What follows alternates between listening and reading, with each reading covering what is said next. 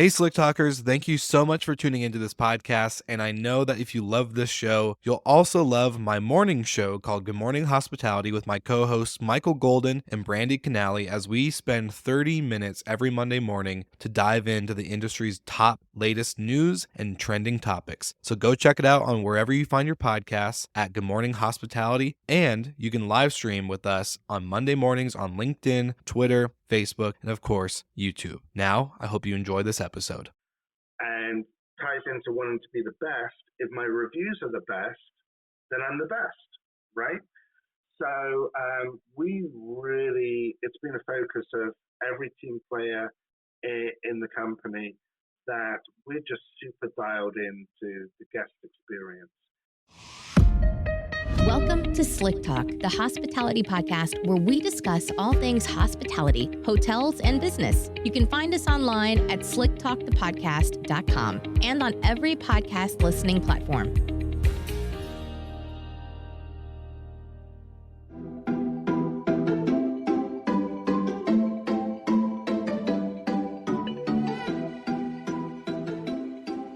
What's up, all my Slick Talkers? You are listening to the one and only Hostfully highlight series here on Slick Talk.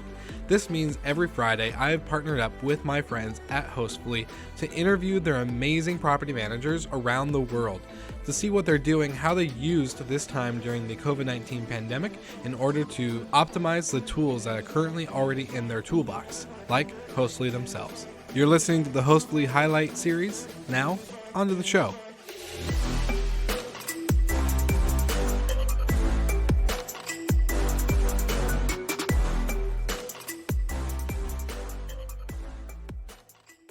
All right, everybody, welcome back to Slick Talk, the hospitality podcast. I'm your host, Will Slickers, and today I have my friend all the way from Philly. His name is Steve, and he's with UrHip, which is also your home in Philly or Philadelphia. So I'm really excited to have you, Steve. How are you doing today? Doing fantastic, Will. Thanks so much for having me. Of course. So I just love jumping right in. Tell us a little bit about you. What got you into vacation rentals and hospitality? And of course, I would love to hear the story about the brand and the name. Yeah, absolutely, Will.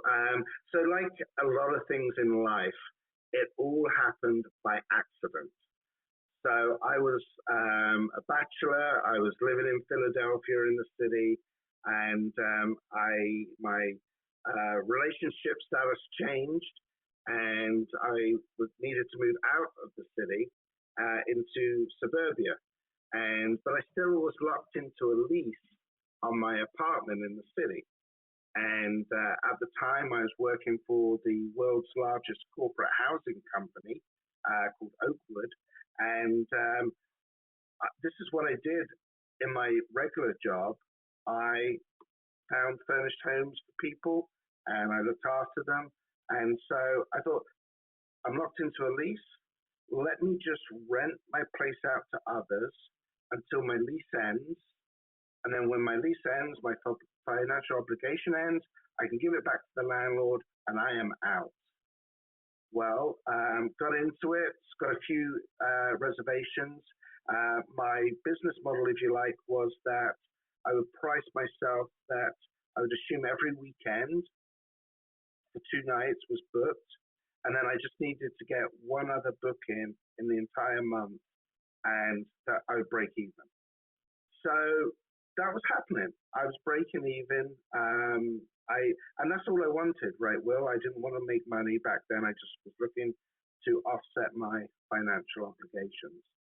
Well, then it was right about the time where Airbnb was starting to take off. So this was about 11, 12 years ago. And I got this message from a TV station. It was called the Live Well Network, and it was run by Disney. And they were doing a feature where, a bit like HGTV, where they tour 3 properties and then pick a winner. So the idea was they would tour 3 properties. It was a group of ladies for a college reunion, and they didn't want a hotel room because they couldn't all stay together. So they wanted somewhere where they could all stay together in one place. And my place was one of the ones that they chose. to tour. And I said, sure, let's do it. Let's have some fun with it. Didn't think I would win or anything like that. Well, sure enough, I won. And so I was featured on national TV, winning the show, and got all the publicity that went with it. And then guess what? All of a sudden, I was starting to get more and more bookings, a lot more. And now I was actually starting to make a little bit of money. And then I thought, this is great. Okay. And then one day I double booked somebody, and I was so kind of upset with myself that I double booked somebody. And I'm like, how am I going to get out of this? And then quite by luck, the apartment home next to mine was available to rent. And it had exactly the same view, exactly the same layout. It was just flipped. And so I'm like, you know what? I'm making money. Let me take a bit of a risk and take on the lease on this home as well, furnish it exactly the same, and then the guests would never know. Well, so I did that. And then, of course, that started to get rented as well. And then before I knew it, I had about 12 units, and but at this point, it was starting to interfere with my real job, my proper job. So I'm like, not going to take on any more units. They're doing well. They're making money. Let's just leave it as is. And then the name came about is it's really an acronym of Your Home in Philly. And we wanted to be hip because corporate housing at the time had a stigma of looking like your grandmother's apartment home with tartan-colored duvet covers and ugly furniture. And I wanted to be hip and fun and trendy. And so that's why we came up with the name UrHip. So you actually went a unique route for, at least in my opinion, to go the master lease model. You took on the risky part. Like you went out and signed a lease under your name and rented it. Now, what was that experience like? Oh, well, it was fantastic when, you know that saying, make hay when the sun shines. When the sun was shining, I was making hay. It was great. So you're right. I had all the risk, so therefore I had all the reward as well. But you know what comes with risk is the downside. So in the winter months, November, December, January, February, we would lose money. But I made enough money in the summer to offset that. And actually, even before COVID, and I got up to a little over 100 units, Will. And with that kind of scale, when you lose money, you lose a lot of money. So I made the transition even before COVID that I was going to start taking less master lease units and do more managed units. And I was just trying to, in my head, figure out how I would give back units so I, at the right time, so just before winter, and have the lease end just at the right time and transition through. And then, of course, COVID came. Yeah, no, that's the story of a lifetime. COVID came and ruined all our plans. I think it's a very true statement. So I have a question for you though on the market. It sounds like in Philly, you guys have a lot of multifamily units compared to whole homes, or was that just kind of the market you started out in and knew so you were comfortable growing to that scale of 100 units plus? Yeah, most of our units were multifamily in apartment buildings. And here's why, Will. They already have the infrastructure in terms of maintenance to fix issues. So if I'm going to rent from a private landlord, right, in this business, problems will happen. What's super important is you fix them really, really quickly. So if I rent from a private landlord and the fridge breaks, what does that entail? I call the landlord. Okay, he gets back to me when he or she can, which may be or may not be the same day. And then they and ah, and then they call a contractor out that may have to wait a few days. When you've got a fridge down, you can't wait a few days for that sort of problem to be fixed. So apartment communities have maintenance, and if it's a good management company, they have same day maintenance. And if it's an emergency like a fridge, you know, they'll either swap it out for another one or something, but it happens quickly. And so that's why I really liked that model.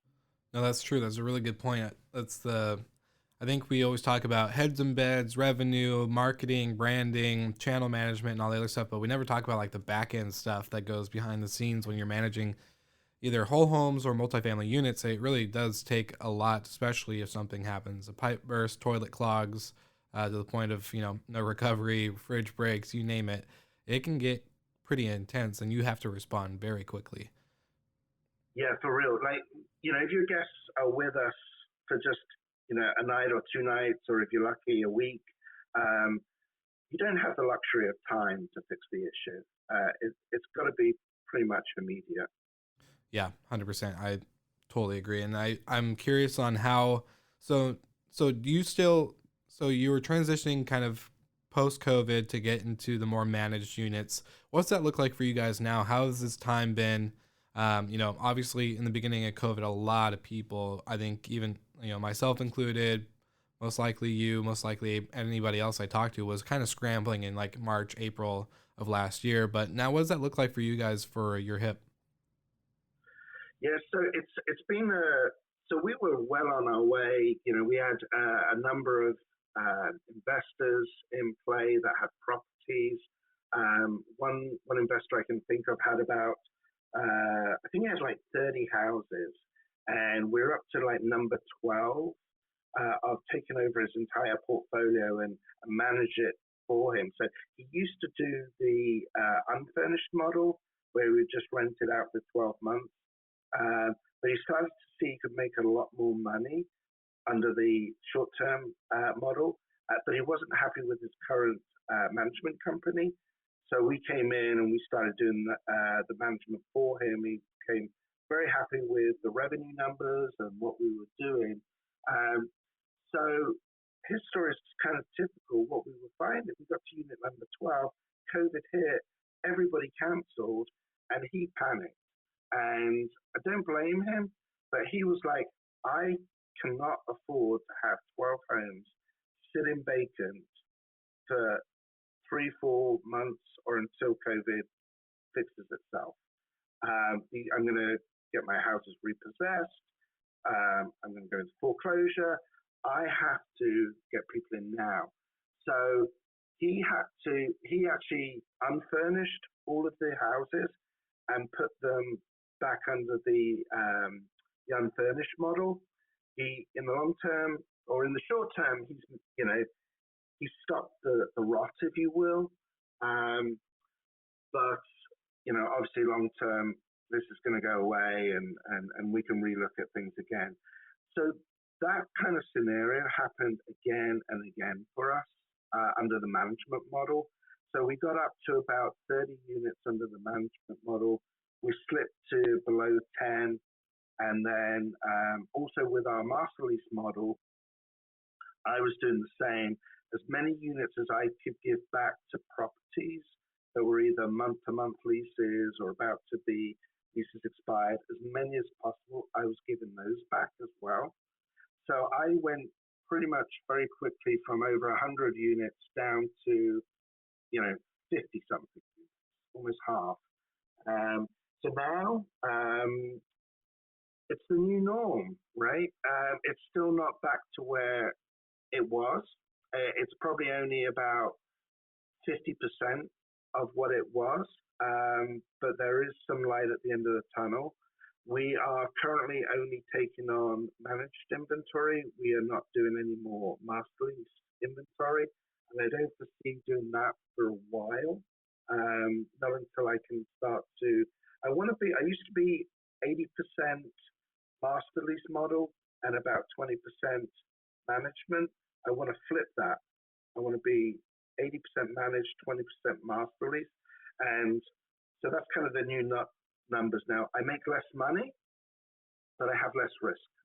Yeah, and it's something that you can kind of, I think, reevaluate more often. It gives you more flexibility as a management, company to be able to have that flex inventory of revenue versus master lease and all the other stuff. So I think it's a good shift.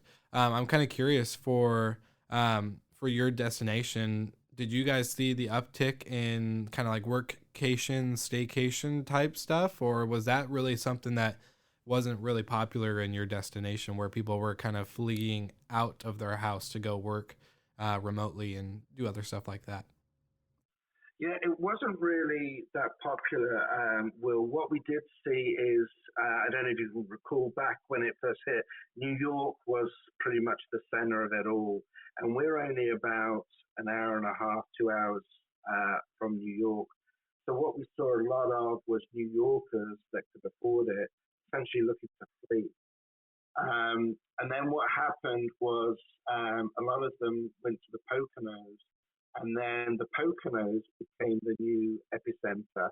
And the governor of Philadelphia actually banned all Airbnbs in Pennsylvania, even though it was only one area. So that really kind of put a stop to it. Now, luckily, we do a lot of work with hospitals, and we were one of the few businesses that got a waiver from the governor to still operate, because we catered to frontline responders and people that really needed places to stay in an emergency situation. But yeah, to your point, we didn't really see that. Maybe a little bit, but we didn't really see that at all. Yeah, that was my next question. Was the frontline workers, people that were traveling nurses or traveling doctors, maybe even National Guard. I don't even know. But was more of that was my next question. Was, did you guys were you able to pivot to that? Because when you were telling me the story of the owner who's like, I can't have these places unrented. I heard similar stories with a lot of people that were like doing everything they could to get construction crews, nurses, doctors, any type of traveling first responder team or essential businesses or jobs were trying to fill, and some in like Tennessee and a few other areas did actually pretty well. So that was my next question to you. How has that worked out for you guys? What went right when you went to go after that new type of traveler, that new type of demographic of guest? Yeah, well, I wish I had a great answer for you. Nothing went right. I feel like we tried everything. We approached universities, because universities were closing down their dorms, right? So we approached them, and one thing did go right. I mentioned we do a lot of work with hospitals. A cancer center, which sort of offered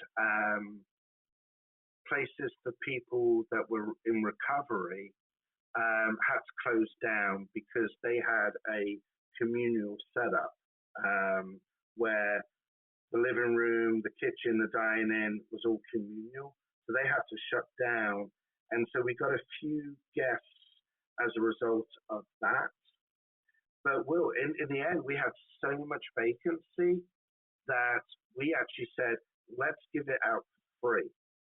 And let's get the kind of the media vote, if you will, that if you were a first line responder, we were actually letting you stay free of charge, so that you could help others. And we did get some positive press from that. But hey, that doesn't pay the bills, does it? And I got to say, Will, we probably lost hard cash about $600,000 in those 3 months, both from cancellations, and then we still had the expenses, we still had the rents to pay and things like that. So it was a really dark time. I can't imagine that type of, especially because you're talking about your 80% of mass release model. That's a lot of overhead. That's something that I don't think a lot of people understand. Like when they're first getting into vacation rentals, when they're like, oh, I'll just go rent an apartment or a home and put it under my name and then pay for all the bills, but then rent it out on Airbnb or whatever. You still got a lot of stuff if it doesn't go right. Like there's a lot of overhead. Yeah. And that's what I say. When the sun is shining, it's great. Everything's great. But nobody could have ever predicted, this anomaly. So I had no backup plan for it. But now we're going to flip to the other way. So if this event does happen again, we're not going to be hurt nearly as Yeah. bad. Yeah. Well, what when it comes to COVID, what advice would you have for other operators that are operating, whether they're in cities or destinations that are more occupied, with, obviously it's a dense demographic of people that live there. Um, what's some like key learnings for you that you would give to anybody that's doing the same thing? Yeah, I think look at your expenses. It depends how big you are. In the beginning for me, 12 units, I was just, I was outsourcing the cleaning, so that was a vendor thing, and I was doing everything. So my expenses were really, really low at the beginning. But when you get to 100, I had a whole team, and my expenses were quite high. I had an office in the city that was high.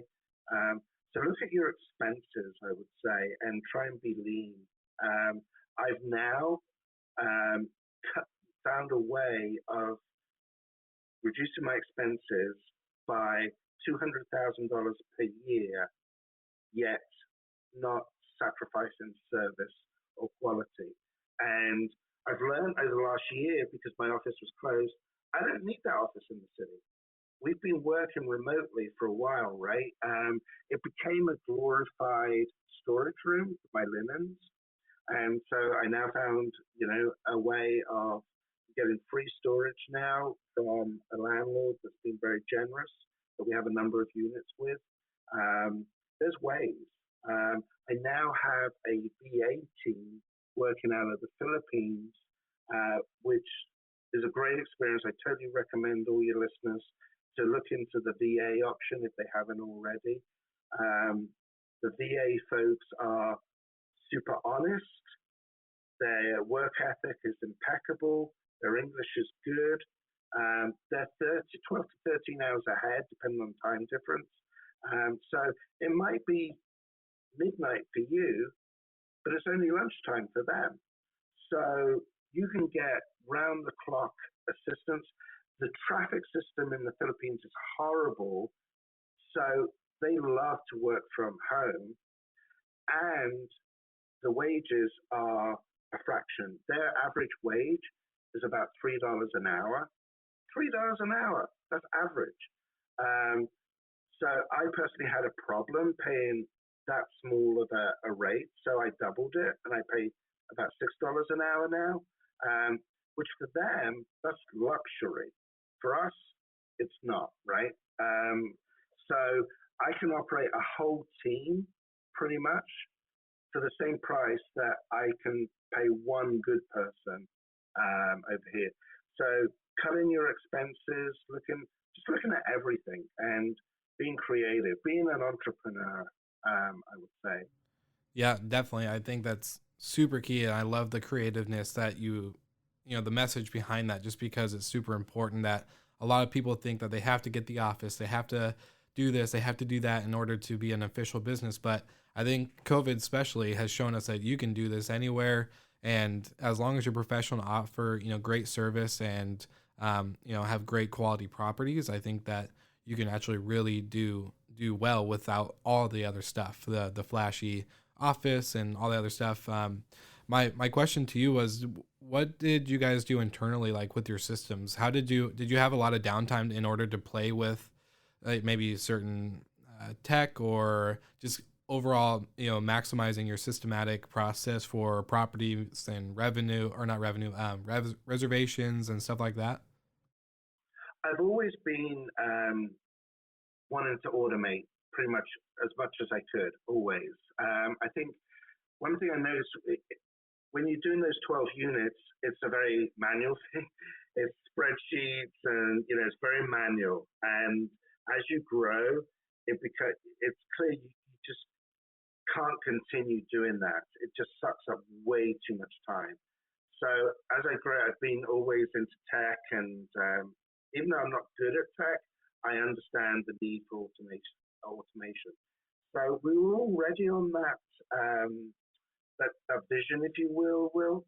Um, I think we just became more dialed in and focused on it and looking at every scenario to see if it's automated, like your arrival instructions and even that, we've gone to texting now, and a lot of texting now has keywords where the guest might say, text you about parking tips and information, and you don't even have to say anything. The system will recognize parking for that unit, and it will send the guest via text or email everything there is to know about parking in an instant. So just crazy automation. Definitely the way to go.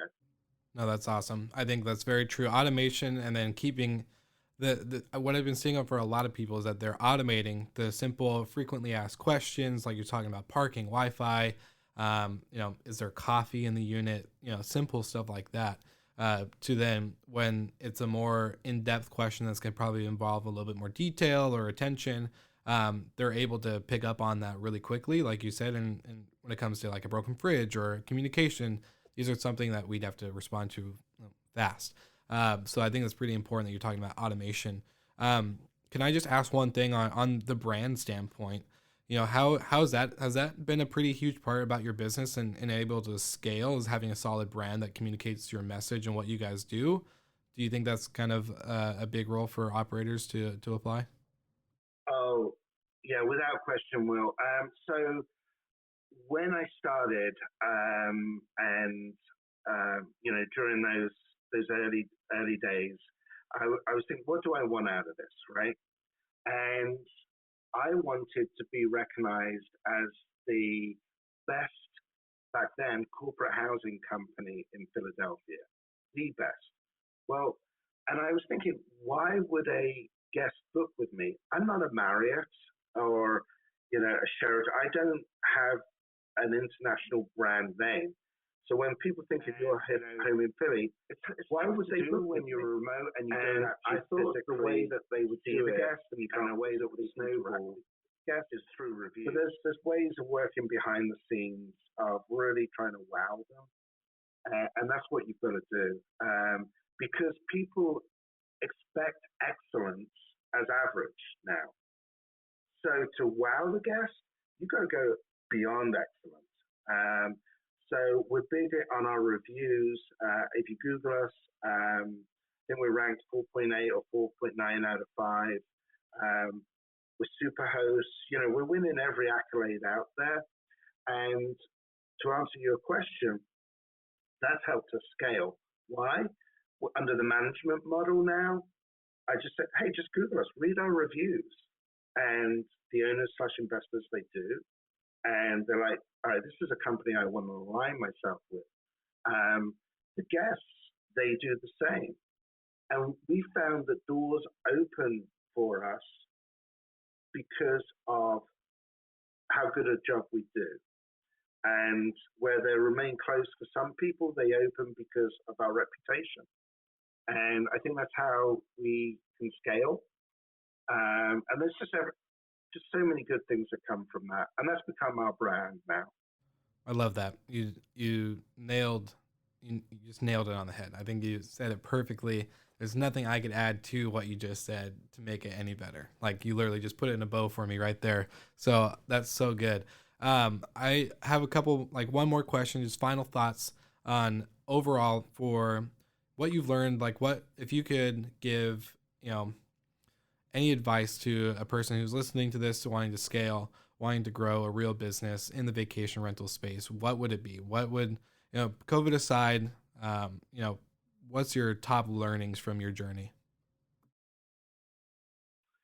Yeah, I would say there's a bunch now. When I started, I don't think there was anything like this existed, but there's a bunch of like Facebook groups out there. One that I'm particularly a big fan of is the Legends group on with Eric Mola and Jasper. And here's what is great. about joining one of these groups. So when I started, what I had to do operationally wise when I had one unit was totally different to 12 units, totally different to 36 units. In the beginning, I just went to Walmart and Home Goods and bought plates or glasses. But what happens when somebody breaks one glass or one plate? Well, I would then go out and buy more, but they change all the styles, designs, so I could never match. I didn't need one plate, but now I have to buy 4 or 12 or what have you. So as you scale, every bit about your business changes. I would have to say I reinvented myself every 12 units. I had to change something from a systems standpoint, an operations standpoint, and that's expensive. And I made mistakes along the way, right? And then I learned from the mistakes. So that was expensive. Join one of these groups, learn all the systems, start the systems early from day one, and then it's not expensive. It's just a beautiful, seamless experience.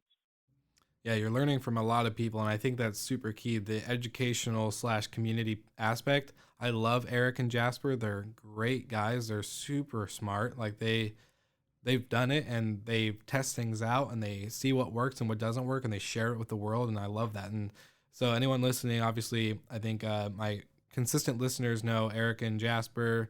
Go find the episodes on the podcast. They're great. Where can people find you? Obviously, I've said the name of your company, Steve, but and I'm going to tag everything in the show notes. But where can people find you? How can they learn more? All that good stuff. I love to hear the shameless plug. Yeah, for sure. You can go on our website. We will think you're a customer. If you want, you can reach out to me directly. Best way is probably email s.patterson, that's s.patterson, Patterson, at yourhomeinphilly.com. And your is spelled UR. So UR home, HOME, in Philly, PHILLY.com.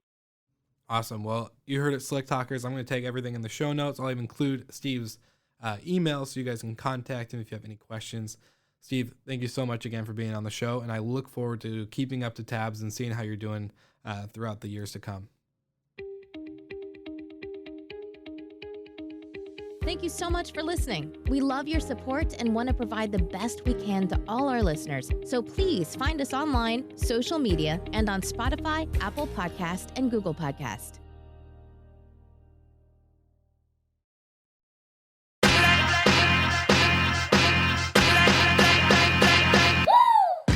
What's up, everybody? If you've gotten this far into the episode of Slick Talk, the Hospitality Podcast, then you are amazing, and thank you so much for tuning in. We want to send you 2 places really quickly. If you can, check out the show notes and click the hospitality.fm link.